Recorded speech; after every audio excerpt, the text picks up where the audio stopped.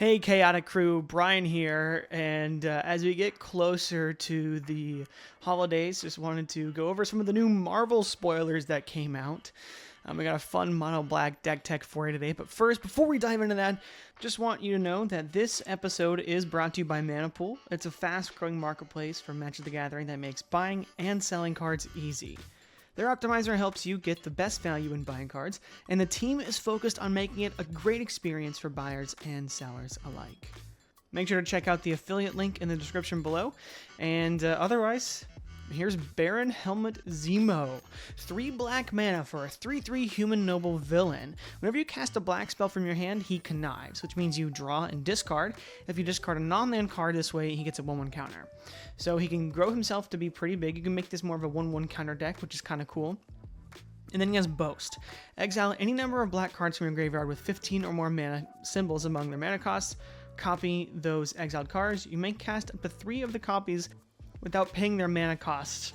Activate only if this creature attacked this turn and only once each turn. That's what Boast is, and it seems like you can do it at instant speed, so you can kind of break some timing restrictions here, but pretty much the idea is to have a bunch of black pips in your graveyard so that you can get free spells with Zemo, and otherwise you're drawing and discarding with him to help fuel that strategy. Maybe you're milling to help with that as well, but we just want lots of great black pips for big creatures. So let's dive into the creature package we have going on here. 28 creatures. We will start with Archfiend of Ipnir. Really great for the deck. Whenever we're recycling or discarding a card, all of our opponent's creatures get -1/-1 counters. So perfect here to have. Also can cycle itself into the graveyard. Pretty awesome to have there. Ardent Usurper is really great. 8 mana for a 4/4 with giving our demons Menace, Lifelink, Haste. Beginning of combat in your turn, you exile up to 1 target creature from a graveyard. If you exile a card this way, create a token that's a copy of that card, except it's a 5/5 black demon. Best part about Arden is it doesn't have to be your graveyard. In fact, we don't really want to be exiling our own graveyard, except with our commander's ability, if we can help it. So getting really great value pieces out of our opponent's graveyard is going to be very helpful for us. Ayara, First of Locthwain, not a bad card, but it is essentially helping drain our opponents. It's 3 black pips, and could potentially draw us some cards. Not going to draw us a ton, maybe like 1 or 2 in a game. If we have this next card, though, maybe more. Who knows? Bloodghast, also great to have here. It is great to have in the graveyard when you need sacrifice fodder. Don't have too much sacrifice stuff in here, but 2 mana, 2/1 for 2 black pips that consistently gets itself back out of the graveyard in a deck that cares about the graveyard. Pretty good to have. Next, Boggart Trawler. It's great because, you know, these MDFCs are creatures or spells on the front, so they count towards, you know, casting those spells for your commander, but they also are black pips when they're in the graveyard, so really love that. Bone Miser is fantastic to have here. Going to give us value when we're discarding these cards, right? When we're doing the conniving, and then it will give us mana for lands, a creature for creatures, and cards for non-creature, non-land cards. Crypt Gas is great here, just helping us gain some life and draining our opponents a little bit, but also making our swamps tap for double mana. Always nice to have there. Similarly, Defiler of Flesh helps us cast spells quicker as well. We can pay 2 life instead of a black pip in our black permanent spells. And when we cast black permanent spells, target creature gets +1/+1 and gains menace until end of turn, which really helps with our commander, right? Our commander's going to be getting bigger, so giving it +1/+1 and menace helps out, but also makes it so it's easier to attack to get the Boast ability off and not really care much about it. So Defiler of Flesh, not great in a lot of decks, but pretty solid here. Next, we have Dread Presence. Great in any mono black deck, right? As swamps are entering, you're drawing a card, losing a life, or dealing 2 damage to any target and gaining 2 life. So pretty solid there to get us some value, but also don't mind having it in the graveyard as well. Gig-Seeing Puppeteer, pretty solid. When you draw your 2nd card each turn, each opponent loses 2 life and you gain 2 life.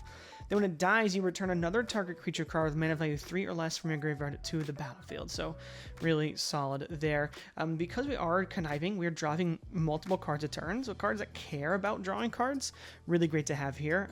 I had a similar deck with Starscream earlier this year that I really loved showing off. And it cares about drawing cards. So we have a lot of those pieces in here too. Grey Merchant of Asphodel, fantastic for any devotion deck in black, and because this is mono black, we are going to be draining our opponents for a lot. So a bit of a sub-theme to drain our opponents, and being able to get some of these pieces in our graveyard, reanimate them, is going to go a long way. Gurgling Anointer is great, 1/3 flyer for 3 mana. Whenever you draw your second card each turn, you put a +1/+1 encounter on him, and then when he dies, you return another target creature with mana value less than or equal to his power from your graveyard to the battlefield. So going to be getting a bunch of 1/1 counters as turns go on, and then when he dies can get something back. So really great to have there. Carrick, Son of Yawgmoth, really great. Can make it so that we can cast spells with black pips by paying 2 life for each black pip instead, and then whenever you cast a black spell, he gets a +1/+1 counter. So pretty much, a little bit does care similarly to what Zemo wants, having a bunch of those black pips, but I would say Zemo is more of a fun, casual commander rather than Carrick. Massacre Worm is great to have in here. Really just going to give, try and semi-board wipe our opponents and make our opponents lose some life as well. Noxious Gearhulk will destroy a creature and gain us some life. Phyrexian Obliterator is fantastic. 4 black pips for a 5/5 trampler that will make opponents sacrifice permanents. So pretty solid to have in the deck, if I say so myself. Priest of Gix is kind of a storm card. When it enters, you add 3 black mana to your mana pool. So, with Baron, if Baron's out, you can play Priest of Gix, right? Connive once, get 3 black mana, and then maybe cast another spell. So it pretty much pays for itself as far as the mana. And you'll connive and can potentially play another spell. So it helps you cast multiple spells in a turn, I guess. And I guess helps you loot through your library a bit more. Raven Eagle is a newer card from Avatar, flying 2/3 bird assassin. Whenever it enters or attacks, you exile up to 1 target card from a graveyard. If a creature card is exiled this way, create a clue token, which helps you draw more cards. Great in the deck. And then whenever you draw your second card each turn, each opponent loses 1 life and you gain 1 life. So again, draining your opponents a little bit. Kind of what this deck is doing. Pretty synergistic right there.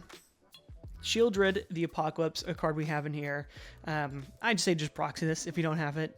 It's really not that big of a deal. But, we are drawing a bunch of cards, so we'll gain life. And then when an opponent draws cards, they'll lose life. So, not bad. We also talked about Starscream, right? He cares about being the Monarch, and you'll start him typically on his backside. And he's Flying Menace and Haste for 2/3. Whenever he deals combat damage to a player, if there's no Monarch, that player becomes the Monarch. And then, a turn will go by, and then you'll take the Monarch back from them. Whenever you become the Monarch, transform him. And on the front side, whenever you draw a card as the Monarch, target opponent loses 2 life. So you're going to be, draining some opponents here for that. We are going to be drawing a decent amount of cards in the deck, so not bad to have. And then Starving Revenant, also part of that package. When he enters, you surveil 2. Then for each card you put on top of your library, you draw a card and lose 3 life. So you draw 2, lose 6. And whenever you draw a card, if there are 8 or more permanents in your graveyard, target opponent loses 1 life and you gain 1 life. What's great about Starving Revenant is it puts cards in the graveyard, which our commander wants, right? It cares about drawing cards, which our commander does, and could potentially draw us cards too, and will also drain our opponent. So it's doing all 3 of the things that we want the deck to do. So pretty solid there. Stitcher Supplier is great here. It's going to mill 3 cards when it enters or dies, which just puts 3 cards in our graveyard, 3 and more black pips to exile with our commander. So solid there. Street Wraith is good. You pretty much are only using this as the cycling cost. You can just pay 2 life, discard it, and draw a card. So that puts 2 black pips in the graveyard, and you can get a draw card off of it. So really great there. Sir Conrad the Grim, great in here. Whenever another creature dies or a creature is put into a graveyard from anywhere other than the battlefield, say milling or us discarding, Sir Conrad's going to deal 1 damage to each opponent. And he can also make everyone mill a card too. So really, really good in this deck as we want to discard these creatures in the graveyard. And as opponents' creatures die or board wipe happens, right, it's just a solid card in the deck. Twilight Prophet's also great. Better mid-game, I would say, to late game, has Ascend, so you need 10 or more permanents to get its secondary ability, but otherwise it's a 2/4 flyer. Beginning of your upkeep, if you have the City's Blessing, reveal the top card of your library and put it into your hand. Each opponent loses X life and you gain X life, where X is that card's mana value. So really, again, draining our opponents. Black pips, has 2 black pips, so it's nice to have, and more card draw. So really just doing all the things we love to do. Witch King Angmar is great as well. 5 mana for a 5/3 flyer, 2 black pips, and whenever one or more creatures deal combat damage to you, each opponent sacrifices a creature that dealt combat damage to you this turn. The ring tempts you.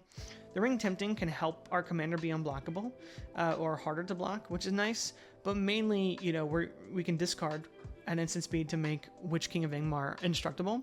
So this is a great attacker, right? And we can also use it to put creatures in the graveyard that we can then cast with our commander. Now, notably, our commander doesn't have to attack itself, just a creature has to attack. So something to keep in mind there. Zenith Chronicler is great to have in the deck. Pretty much just going to help everyone that's not multicolored draw cards. And you know, gonna make people second guess playing their commanders or other really strong spells in their decks. Zodiark Umbral God is the last creature. 5 black pips. I think that's the most that any creature or card has. It's a 5/5 indestructible god. Whenever Zodiark enters, each player sacrifices half the non-god creatures they control of their choice, rounded down.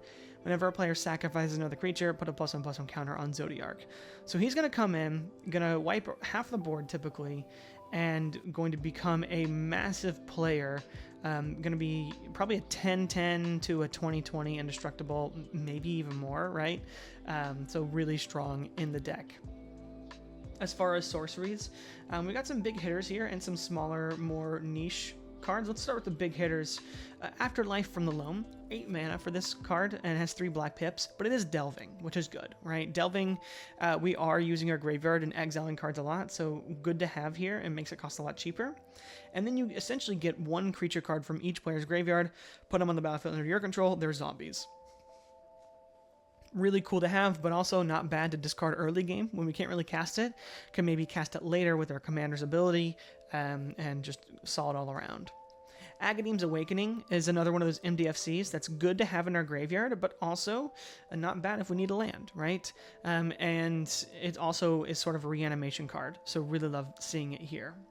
Blasphemous Edict is a really great card, just to deal with sacrificing a lot of creatures. Now, if your opponent's playing a token deck, this may lose to that, unfortunately, but that's okay. So sometimes that happens. But no, Blasphemous Edict is great and really solid to play this and then sort of be able to rebuild your board state quicker than everybody else. Breach of the Multiverse, 7 mana card. Each player mills 10 cards, so great for us, but also gets 10 cards of opponents into their graveyards, right? And then we get a creature or planeswalker from each player's graveyard onto our battlefield, and then become Phyrexian. So this is another similar to Afterlife of the Loam, just being able to get stuff from our opponents and really utilize our graveyard as well. Incarnation Technique, also a massive hitter. Going to be essentially milling 10 cards, returning 2 creatures from our graveyard to the battlefield, and then giving the worst player something for free as well. But this really helps us out a lot, so love this here. And Feed the Swarm is really great to deal with, you know, enchantments or creatures. We got Sign in Blood to draw 2 cards, lose 2 life. Technically, we can make a target player do it, so if someone's on 2 life left, we can have some fun there. But it also has 2 black pips, so really great to exile later for our commander. Then Reanimate, Stitch Together, also cards that can return creatures from our graveyard to the battlefield. As far as instants, more black pips, as you're probably not surprised by. Arch Enemy's Charm is great. 3 black pips to exile creature, planeswalker, return 2 creatures and or planeswalkers from our graveyard to our hand, or give a creature 2+1/+1 counters and lifelink until end of turn. There's also Consuming Corruption, which will drain a creature or planeswalker for X, where X is the number of swamps, but it's also 2 black pips. Dark Ritual, another storm card to let us connive, get us some mana, and play something else.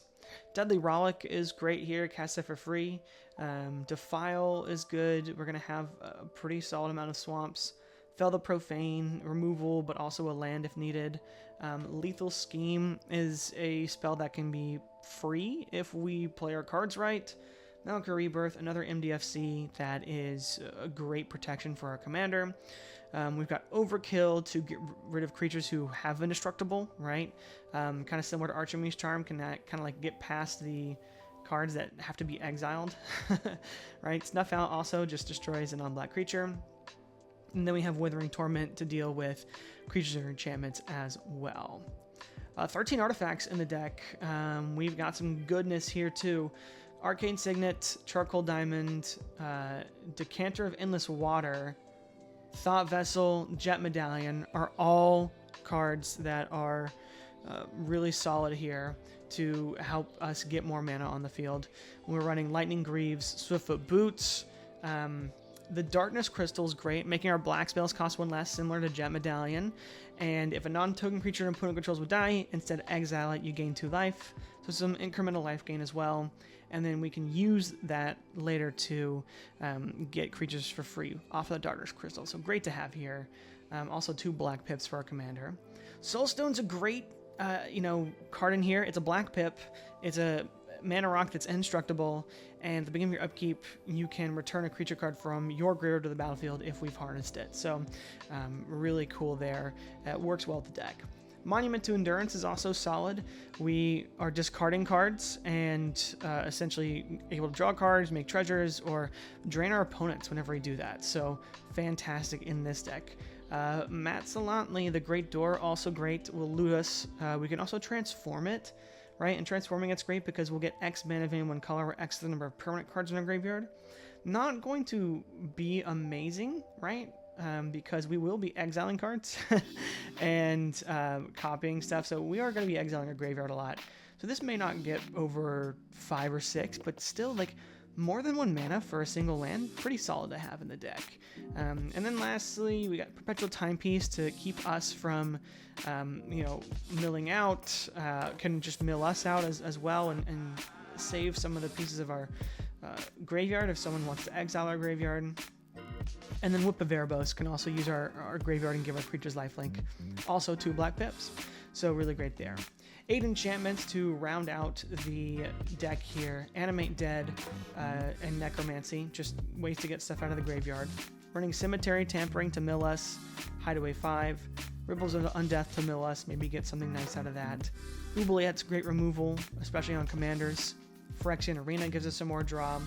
And then Court of Lochthwain is great to get us more stuff from our opponent's library, right?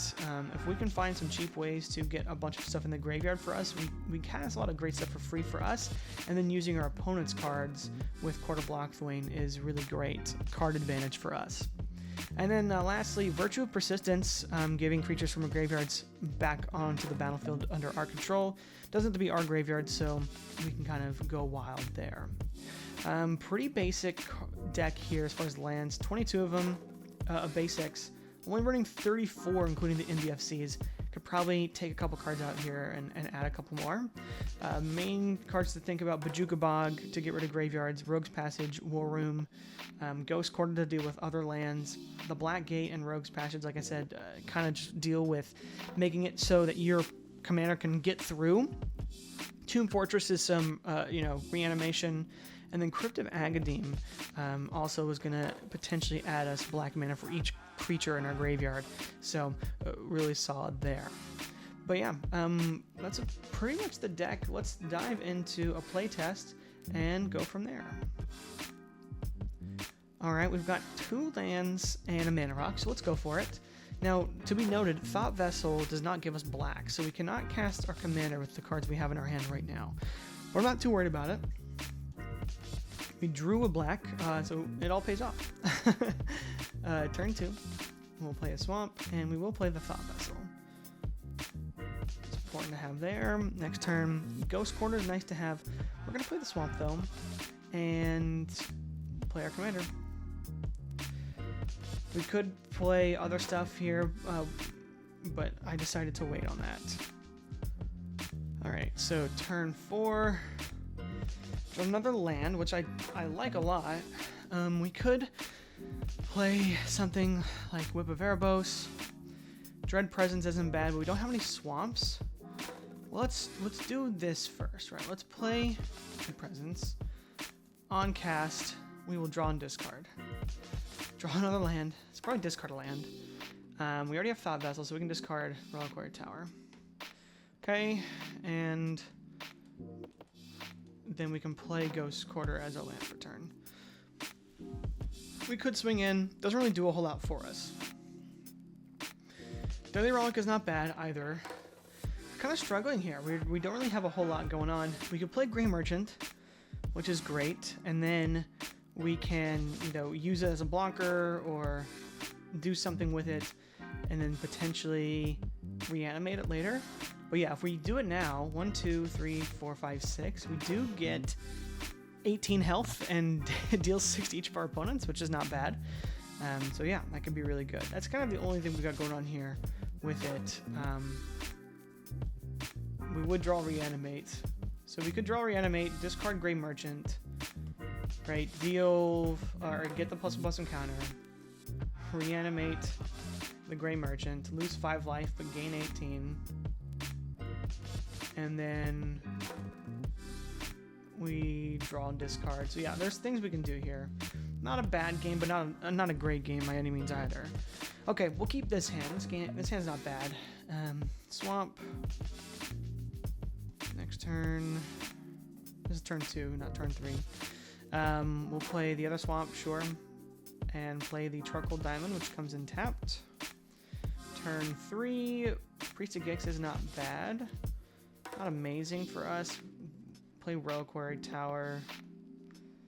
And yeah, I guess we play Baron again.